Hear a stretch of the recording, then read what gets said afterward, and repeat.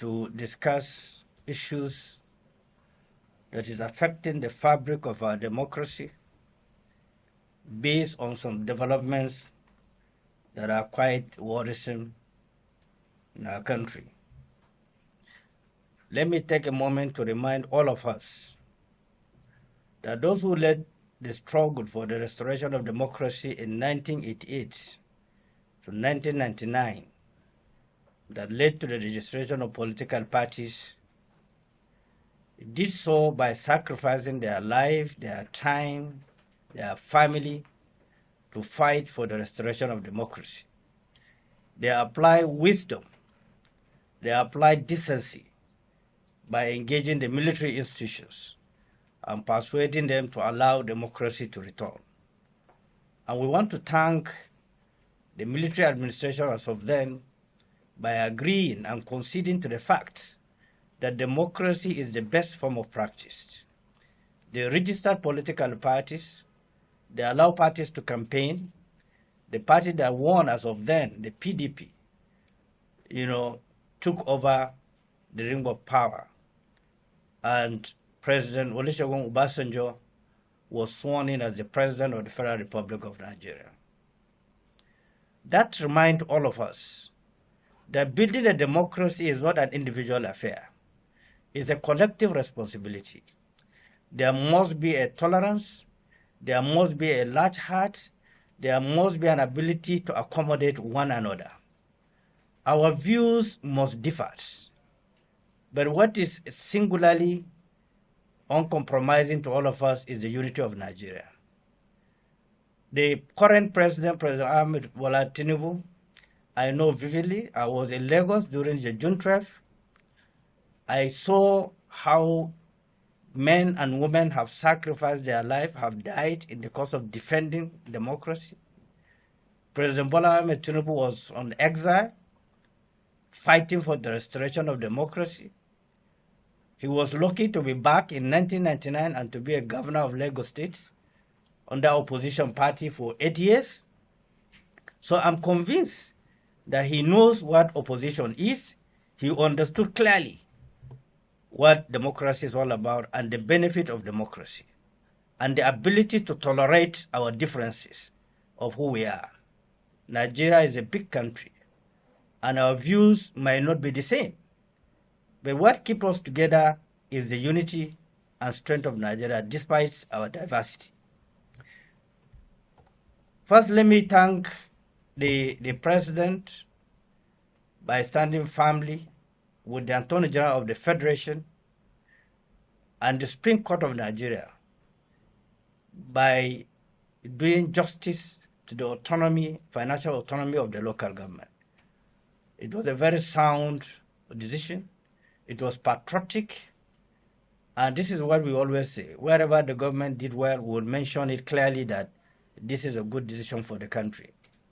So we commend the government for taking that bold decision. We also appeal to the governors to follow suit, to allow the third tier of government to prevail, the local government to have their financial control so that you can reduce level of insecurity, you can increase food production chain, and you can take care of local issues like dispensaries, hospitals, education, and so on and so forth. This is what presidential system of government is all about, that we are copying, or we copied from America. The disturbing development of yesterday, Wednesday, the 17th of July, which we thought ordinarily that government must have a large heart to accommodate voices that disagreed with some of the policies and programs of the government. And if I could also remember vividly, what led to the emergence of APC is simple. There was a massive disagreement internally within the PDP. The revolt within the PDP led to the emergence of the APC. Lack of capacity of the PDP to accommodate others, the imposition, the rascality within the party led to the defeat of the PDP. This is the same thing that is playing out in the APC today. We are shocked, and we thought that by now we have gone beyond experimenting. We are consolidating the process of democracy, strengthening the institutions of government, and ensure that there's a dividend of democracy, and we work together, irrespective of our party differences. What is common is our country. How can we build a great nation with a population of over 250 million?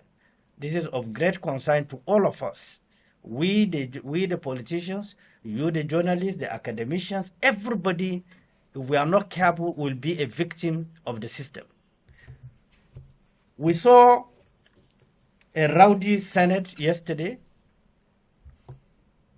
This is not the first time we've been seeing rowdy Senate.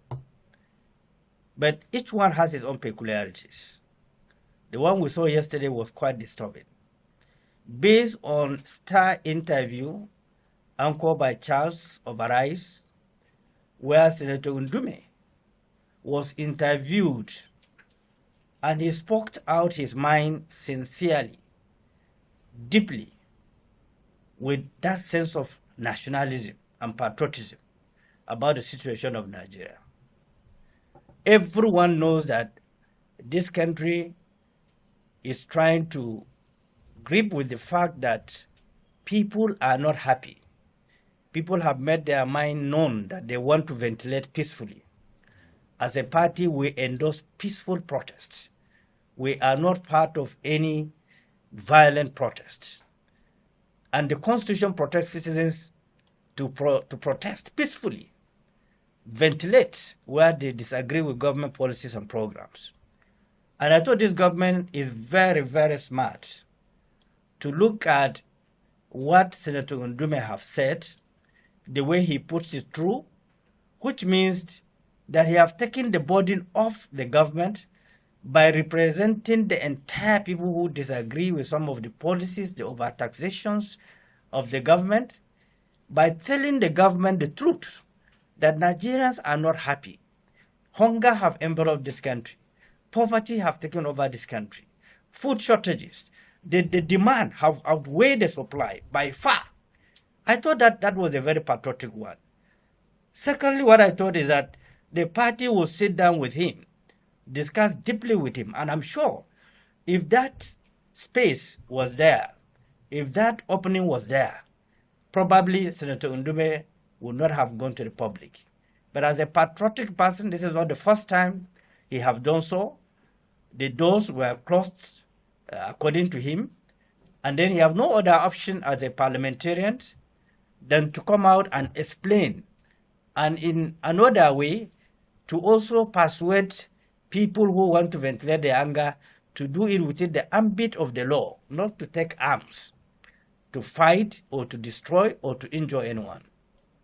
So for me, it was a great service he have done to the government and to his party by drawing the attention of the party and the government that this impending crisis is close to impossible unless we do something as urgently as possible.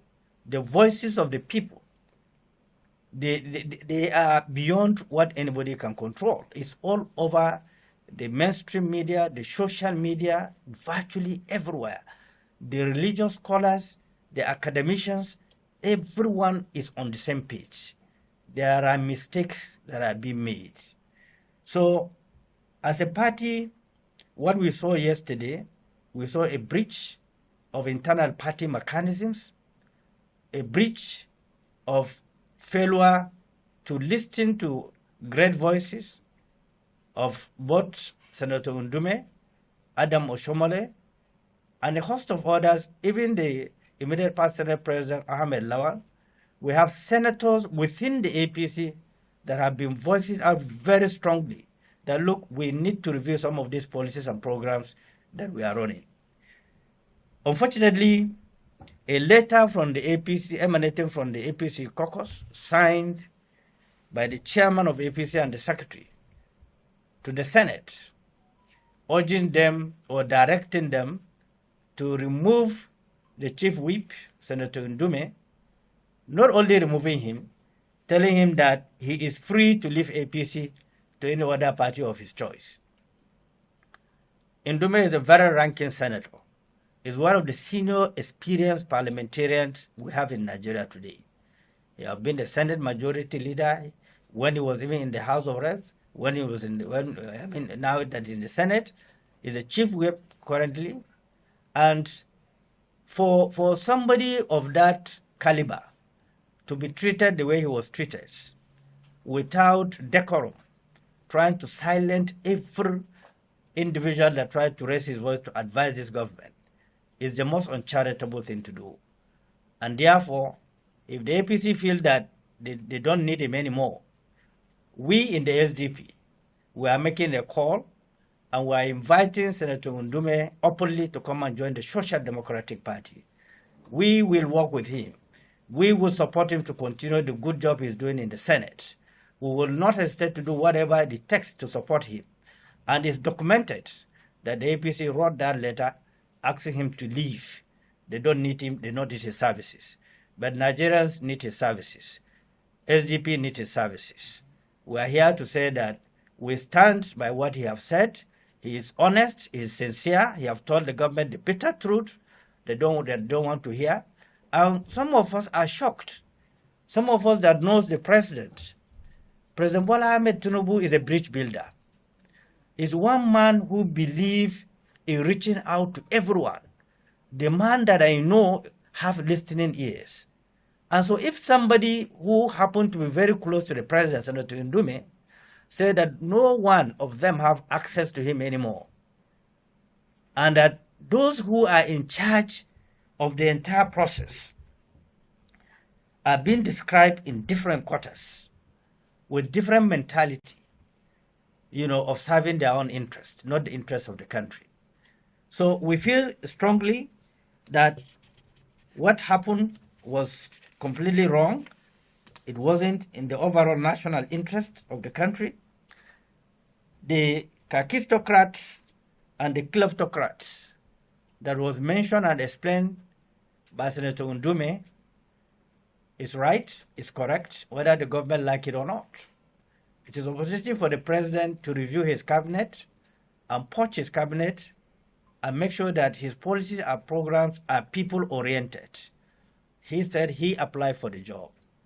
So he's not complaining. I've always said that, Mr. President, you don't need to complain. You may not know what is going on. But we that are telling you, you should listen to us. We as stakeholders, as SDP, we have produced senators, we have produced House of Reps, we have produced State Assembly, we have produced even local government. So we are a major stakeholders in Nigeria. And we have the right to draw the attention of the government. SDP is not in conflict with the current leadership of the country, the President Bola Tinubu. We are not in conflict with the National Assembly. We are not in conflict with the Judiciary. We will have a national duty, an obligation as a party to draw the attention of the executive, to draw the attention of the National Assembly, to draw the attention of the Judiciary. These three arms of government, if they are not careful, if they are not calculative, if they are not sensitive, they will plug this country into a situation that nobody prayed for. Look at the level of insecurity. It's increasing on a daily basis, even though the government is doing everything humanly possible to bring it to the barest, to the lowest, as low as possible. But the non-state actors are also not sleeping. And then the quantum of resources that were injected in ensuring that Nigeria is secured, you keep on wondering, where is those resources going to? What is happening? So we want to state clearly that Ndume expressed the concern that the APC government of the President Bola Tinubu is going down because, according to him, the government is being run by kakistocrats, which he explained to mean a government run by the worst, least qualified, or most unscrupulous citizens. He went further to add that the government is populated by kakistocrats and kleptocrats, explaining that kleptocrats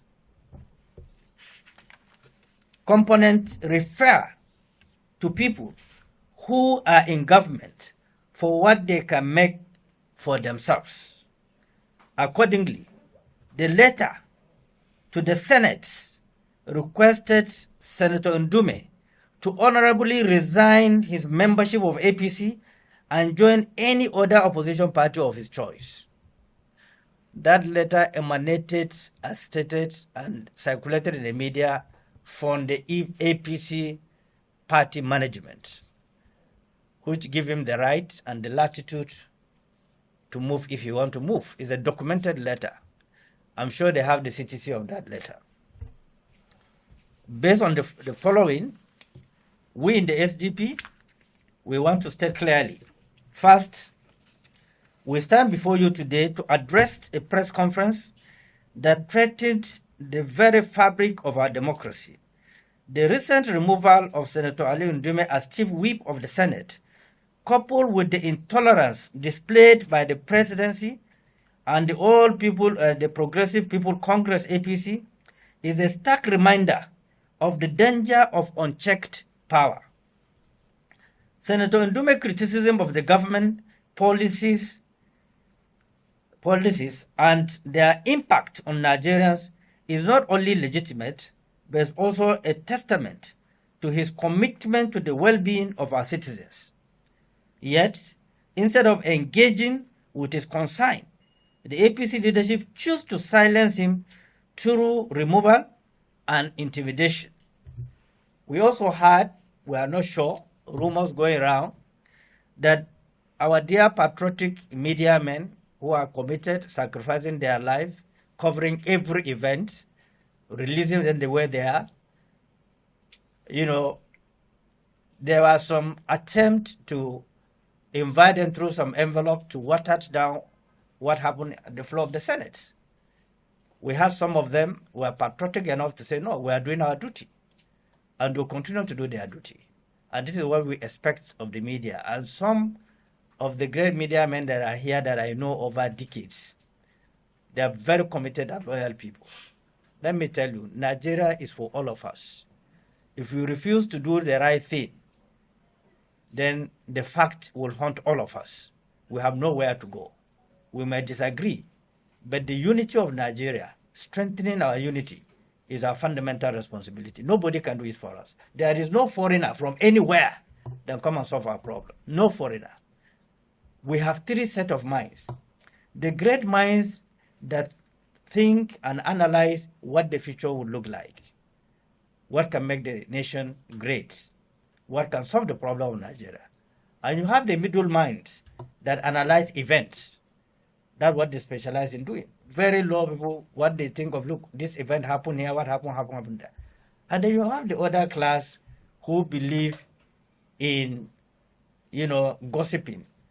This man is looking fat today. This man is looking slim today. That's what they believe in. But we have a great mind.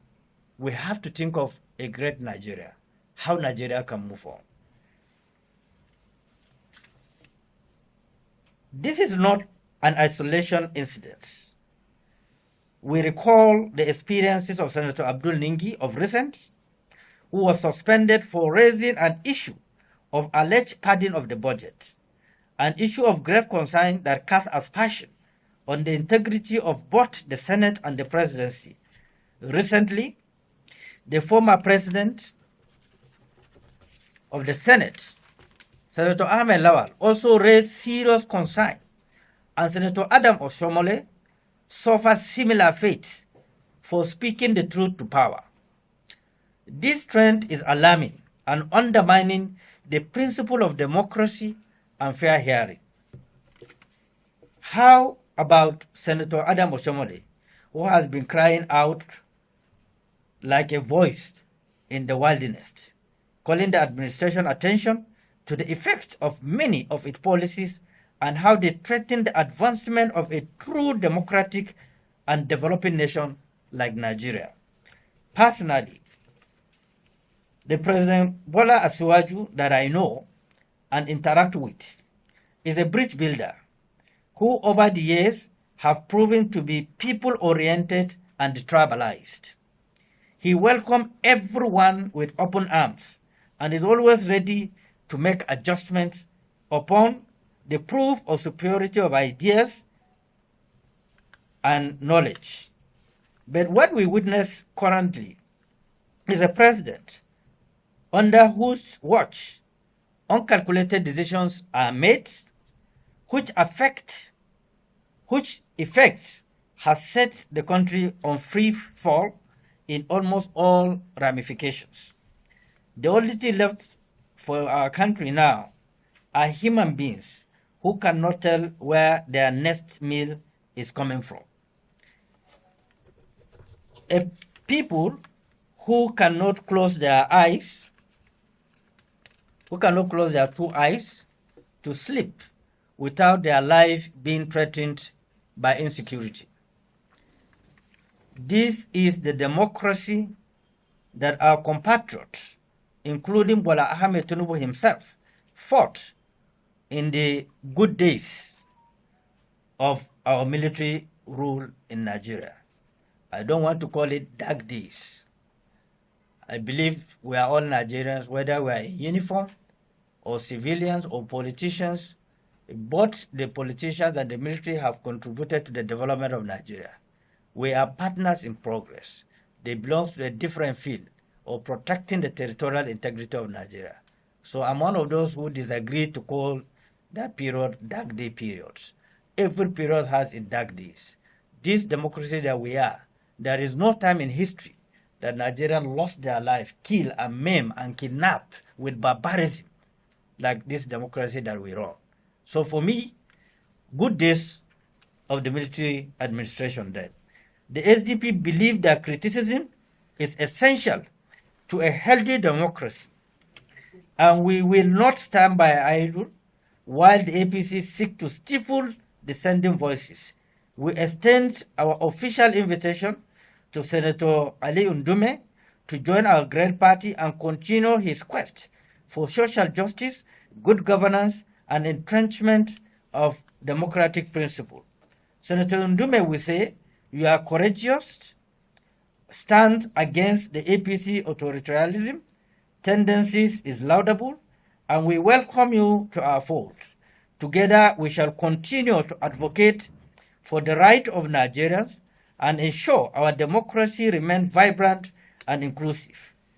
To the APC and the Presidency, we say, embrace criticism, listen to the concerns of Nigerians, and work towards building a more inclusive, participatory democracy. Let us all unite to restore Nigerian democracy and ensure that the voices of our citizens are heard. Thank you very much. There is any question? We're ready to. The senator is a product of the party. The senator was here with me. We've been discussing a lot of issues. We are not silent on this, just the way the headquarters of the party are up and doing in terms of advising this government. I also know, and you're also aware, our elected members have been coming here to the Secretariat to brief us. Our elected members in the State Assembly have also visited the Secretariat to update us what they are doing in their various states assemblies. We are not a party that will just sit and allow things to go unnoticed. We are very, very alert. And of course, you know, the chamber have different components of elected people from different platforms. But that is not the concern of today. The concern of today is that the National Assembly is a symbol of our democracy. If the National Assembly is being weakened, if the Judiciary is being weakened, look at what is going on with the Judiciary. I just saw a publication of People Gadget or something, talking about the corruption index in Nigeria. They rated Judiciary as the most corrupt institution that have collected money more than the police, more than the politicians, more than any other institution in Nigeria. And that is the last hope of a common man, the Judiciary. We were bite terribly as a party through the Judiciary. We were taken off our feet by the judicial judgments based on our facts, based on our record, based on our presentations, based on documents we submitted to INEC. The appeal court judgment and the tribunal judgment is something that I don't want to even mention. I have the highest respect for the judiciary. But let me say this. I have mentioned before, if these arms of government, both the executive, the National Assembly, and the judiciary, do not believe or do not understand that the only pillars that is keeping Nigeria going, they are making the greatest mistakes of their life. The greatest mistakes of their life. Any arm of government can truncate a system. Any arm of the government. If executive is reckless, why we have the National Assembly is to checkmate the excesses of the executive. And of course, if both of them are reckless, the judiciary is to restore normalcy, to interpret the law that will stabilize the country, just like what they did in the local government financial autonomy. That is a great service to the country. But in a situation where the whole world would describe our judiciary as a corrupt institution that have been collecting money more than any other institution, I feel ashamed about it. I feel bad about it. So, like you said, our senators, you know, they are vibrant. They are ranking senators. They are up and doing. One of our senators is not too disposed. We are working. We are praying for him. He's also in the hospital. But, you know, Wadada is everywhere. He's working very hard. We always compare notes. But compared to what we have and those in the majority in the Senate, you know, what can you do? What we can do is to add our voice, add our wisdom to stabilize this country. The entire majority or 99% of the political parties stood by INEC on the very day INEC declared the results. Not because the result was perfect or was absolutely correct. No, our interest is to make sure that democracy have not been tampered with. That was our interest. We stood by it and we got it right. Because anarchy would have ensued. What would have happened? So it's our collective responsibility. The National Assembly, the Senate President who happened to be my good friend, the Speaker that I know that I respect, they have served in different capacities. He was a governor for 8 years. He was a senator. He was a minister. You are running one of the biggest parliaments in Africa. And then you don't have the large heart to accommodate dissenting voices that will strengthen your position, that will redefine the Nigerian parliament, that will show that we have a parliament that is robust, that is accommodating. So if within the ambit of their own party, they can humiliate, intimidate a resourceful, one of the ranking senators in their mix, highly experienced, then what can you say? You can see how PDP have gone down. There's no single voice from the PDP today. So are we really fighting to protect democracy? Are we pretending? Are we doing it just for our stomach? What I'm doing is not that I'm comfortable with it. It's a major sacrifice that we are doing. Telling them the truth. They might not like it. We saw some people recently went on air said that they criticized somebody, he sends assassins after him. This is what we know has happened. So many politicians have been assassinated. It's not as if we are comfortable, but then we cannot abandon our country. We cannot be intimidated. Some of us are product of guts. It is the God that is making us to stand and tell the government the truth. I don't have any other country passport. If there's a problem here, I have nowhere to run to. I don't have a house anywhere apart from Nigeria. I was born here. My parents, my grandparents were born in Nigeria. My loyalty is to my country. We will not be part of anything that will pull down the roof. We have mentioned it. SDP is not part of pulling down the roof.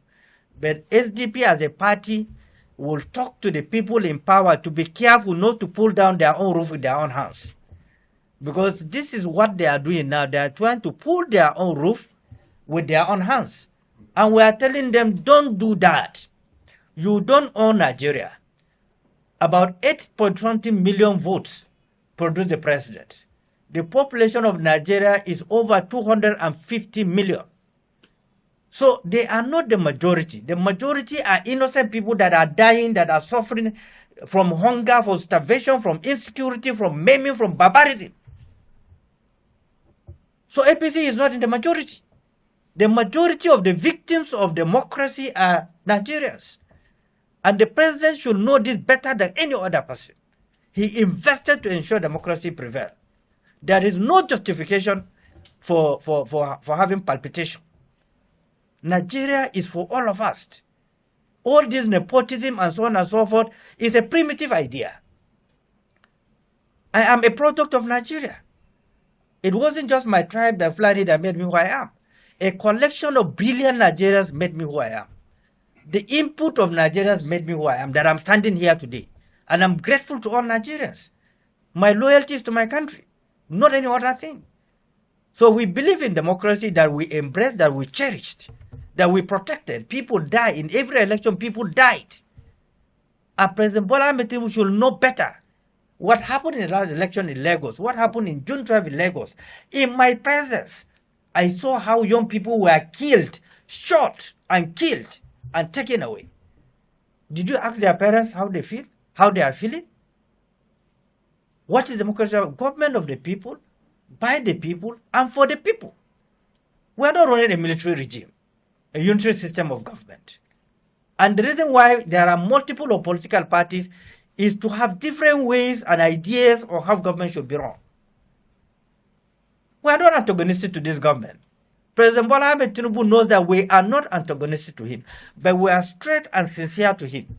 We believe he can provide leadership. We have confidence in him. We have mentioned here that our belief that is President Bola Tinubu will do much, much better than President Muhammad Buhari. And that is our belief, but we are not getting that result, so we have to rest alarm, we have to rest concerned. The senators must know it is in their own overall interest to do justice to themselves, to their constituency. Most of them cannot go to their constituency today due to pressures. And that's why this local government autonomy will help them. They will have an oversight function to ensure that the utilization of funds in the local government are properly being used. So they are not doing it to favor anybody, but to reduce the level of migration from local government to the cities, because the cities are overpopulated. None of us here are feeling free. Even Abuja, if you drive out now, you see a lot of strange people all over the place. That is not what we work for. That is not democracy that we work for. Any further question?